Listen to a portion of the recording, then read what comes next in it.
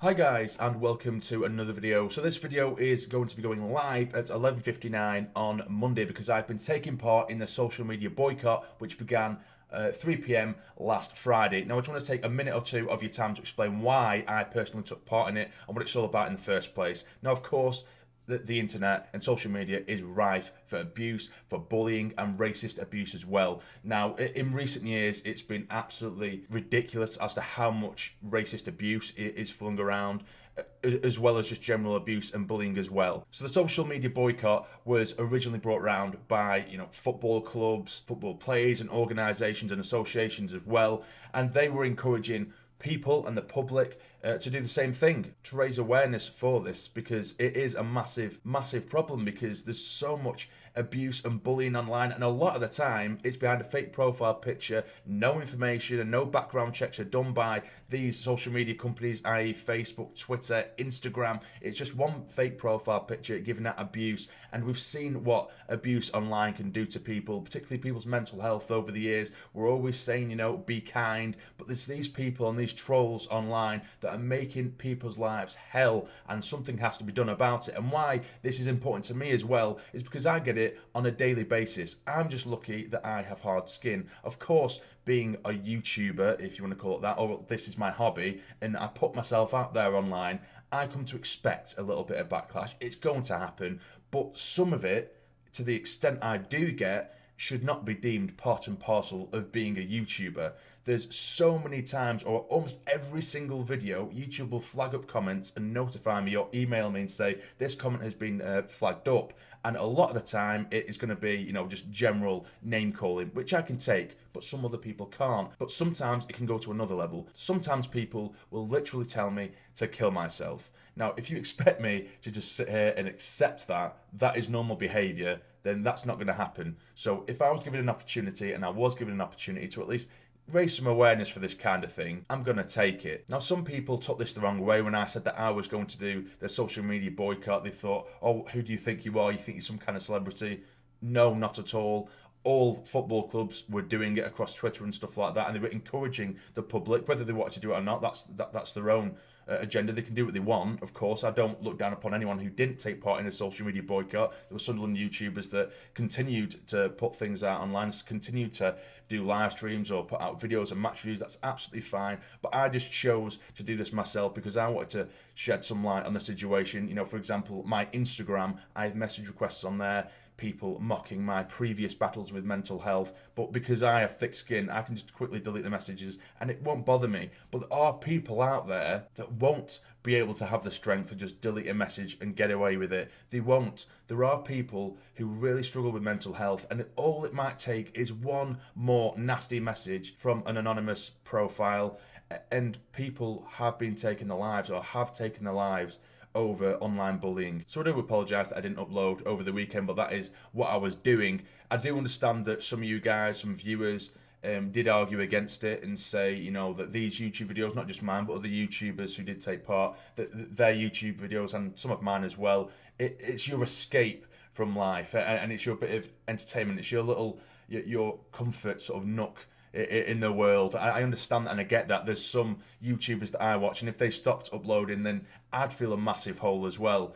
But what is your escape may not be mine, because my YouTube videos is where this online abuse does happen. So if I can just take one weekend off to make a stand for that, then I'm going to do that, and I do apologise for that. So it might be the viewer's escape, but it's certainly not mine. So I hope you understand why I did it. So let's get into the video, and I hope you do enjoy.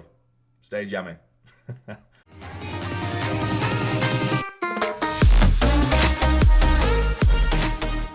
Hi guys, and welcome to the Plymouth vs Sunderland match review. So Sunderland have got back to winning ways. Their first win in 7 against lowly Plymouth. We won by 3-1, and Plymouth got themselves a man sent off later on in the game as well. So getting into the game, starting with the lineup, we did have Burge in goal. We had Hume at left back. We had Bailey right and Luke O'Nien in the middle. Conor McLaughlin returned to the lineup. He seemed to have recovered from an injury problem. I think he had a hernia issue. He started on the right-hand side of defence. In the middle, we had Scowen and Max Power. We then had Diamond, Gooch and Jones behind Stewart. We had Another couple of worrying injuries. McGeady apparently is his foot had swollen up, as well as a broken nose, which is really bad news. And Charlie White as well, he's had a bit of a niggle with his thigh, apparently, which again is very, very bad news. But we get into the game anyway, and we start off, and what was quite worrying for me is, even though I felt like the opening 20 minutes we looked relatively comfortable, and they didn't trouble us too much, apart from the odd scare on the counter-attack here and there, and a couple of scary defensive frailties of ourselves. The thing that worried me was the lack of tempo in the game. You got Diamond every now and then, it burst forward, but I just felt like it was so lacklustre. You know, we were controlling the play somewhat, or at least we looked to the better side, only just. I'll give Plymouth that. I'm not going to sit here and say we battered them because we didn't. You know, we were shooting on opportunities, which I do appreciate now. You know, there's a couple of times Gooch around the box, who, by the way, Gooch is brilliant. Tracking back, his press was brilliant. He was making all the right decisions going forward. He didn't have his head down all the time and running straight into danger. He was winning free kicks. He was shooting. And that's what I was just about to get onto. In recent games, and what's been such a massive downfall is that no one has the balls to just shoot. You know, and Gooch was doing that. You know, but when I speak about the tempo, what I mean by that, which was quite frustrating, you know, like Jones would have it on one side, and he just want him to drive the defender down the line, but he'll try and cut inside, and he's doing it at snail's pace, you know, and he'll slowly dribble towards the defender. We know he's got electric pace, Jones. He's probably one of the quickest players we've got, if not the quickest player we've got. He's got down the side and towards the byline. He's got so much space, eggs of space. Just knock it past him. You know, their right back wasn't quick in any way, shape or form. Just knock it past him and run, and he'll easily beat him. But he weren't doing it. He was just slowly going towards the man, and to try and cut inside, but again at a snail's pace, allowing their players to get back. That's what everything seemed to be in that first half. We're doing everything at such a slow tempo. A couple of times, you know, Max Power would grab it in the middle. Scowen, to be fair to him, he did play quite well. He was nicking the ball back for us, and they'd give it onto Power, and instead of, you know, sort of looking forward and try and make the quick pass, it was literally like shouting everyone to like calm down and slow the play down. He'd ignore forward passes and they'd go back. And I'm thinking, what are you doing? We're desperate to get a win here. We're in a losing rut here. And he was just doing everything in his power to slow the game down. And that was very, very frustrating for me. But we do break the deadlock. The ball is put over the top and in behind the defence. It's Ross Stewart, who he looked brilliant for me. He looked absolutely brilliant. You know, I've said before, but just because he's a big lad, he's what, 6'4", 6'5".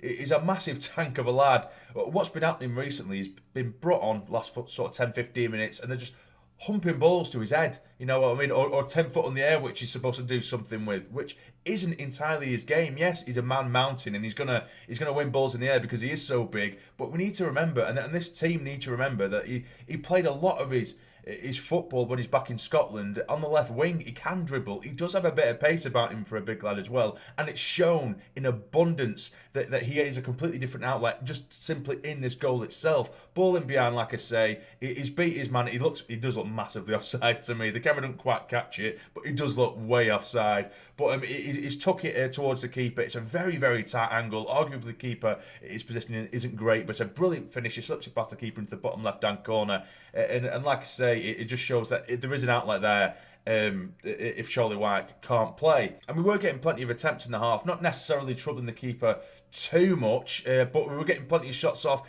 hit the post a couple of times. Gooch as well on the spin, great effort on the edge. And we weren't making chances and just simply shooting, which I'm going to drill into this match review a lot. We were shooting, I think at the end, if I have a look here, 24 shots we had. Granted, quite a lot of them come towards the back end of the game, but we'll get into that. But we go into half-time, relatively comfortable. Like I said, there were a couple of times where defensively we looked a little bit shocking. You know, I think there was one time where the ball was pumped into the box and it kind of ricocheted off Denver Hume, come back to their striker who's wildly just swung at the ball when he had loads of time to just place it past Burge, but he's sort of wildly swung at it and he sliced it and it just slowly dribbled wide when really he was literally like 3-4 yards out and all they had to do was tap it into the goal, but he's made a mess of it. So we did have to ride our luck a little bit at times in the first half, but we looked just about the better side. but only just, which was the worrying thing. In the second half, that only just came to fruition, and they absolutely punished us. Ball in the box. I have no idea who's marking Edwards, but it's been recycled, the ball back into the box, and Edwards has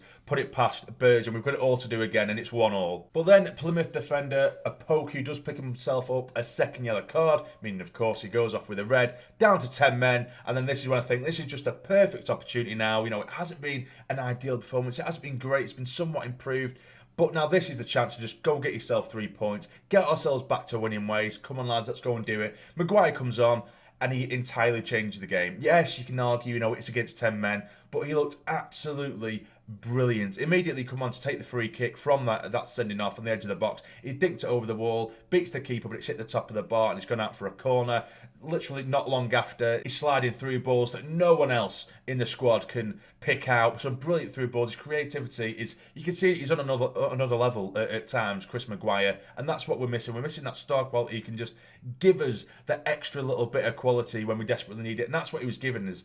For the last 25 minutes when he did come on, he absolutely ran the show, taking on plays. He looked so comfortable on the ball, and that's what impressed me the most. We ended up getting ourselves a penalty, and for a man that has been pretty much shunned by Lee Johnson. Lee Johnson, yeah, he has his reasons, of course. He's been pretty much cast to the shadows by Lee Johnson, and the way he's had that bravery, he grabbed the ball when a penalty was given. He wasn't letting anyone else near it. He was thinking, you know, this is mine. He was saying, this is mine. Put it down, and he's absolutely thunderbolted it into that top left-hand corner, and it takes guts to do that, and I'm so happy for him because I really, really rate Chris Maguire. Granted, there's times where he goes missing, but when you really, really need someone to show a bit of quality, he has been one of the only shining lights since we've come down to League One, and that's why I find it so sad that we haven't seen him at all, particularly over the last sort of 6 games where we've been losing and haven't been winning games. We've needed that bit of quality, and Lee Johnson has refused to even acknowledge him, which is, it's been a massive annoyance for me personally when we needed that bit of quality. But then we top the game off with a third goal. Lyndon Gooch driving down the right hand side, takes on his man,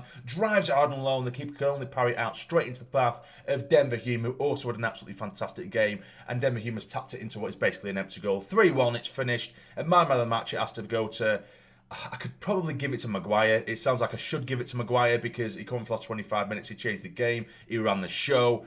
But I am going to give it to Lyndon Gooch because his pressing game and his decision making was fantastic, and he was trying to really, particularly when I said that, you know, the tempo was so low and it was so slow, he was really trying his best to just amp up the rest of the guys and trying to up the tempo when everyone else was at a snail's pace, like I say. He was taking shots at every opportunity, and I don't mind that because, like I say, over the last 5-6 games, we just haven't been shooting. We're working out into decent positions around the edge of the box, and no one's shooting. We end up passing it all the way backwards to the defence, or we just end up humping a random ball from wide. When we've had opportunities to shoot from just outside the box, you don't need, and that only route to goal isn't whip it in and see if Charlie Watt can get there. So he's got 3 good goals, and that'll do the lads a lot of confidence. Granted, you could probably look at this and just say it took until Plymouth had 10 men for us to play half decent, and that probably is partially true, but either way, a win is a win. So hopefully we can go to the final game of the season against Northampton, get ourselves another win, and then we've sealed the deal with the playoffs now pretty much. As to who we're going to be playing, that remains to be seen. There's still Pompey, Charlton, you know, Oxford could still get it, so it's going to be very, very interesting, but we need to go in with momentum. So I'm glad that we've got this losing streak and this winless streak out the way. That's all this is for me. Get another win against Northampton, and hopefully we'll be flying into the playoffs, and we can at least give ourselves the best chance of getting out of this league through the playoffs as well. So that'll be it for me, guys. If you have enjoyed this video, please hit the like button for me. It'd be massively, massively appreciated. And subscribe to the channel if you're not already to become a fully fledged member of the Sarny Army. But for now, you take care and stay jam.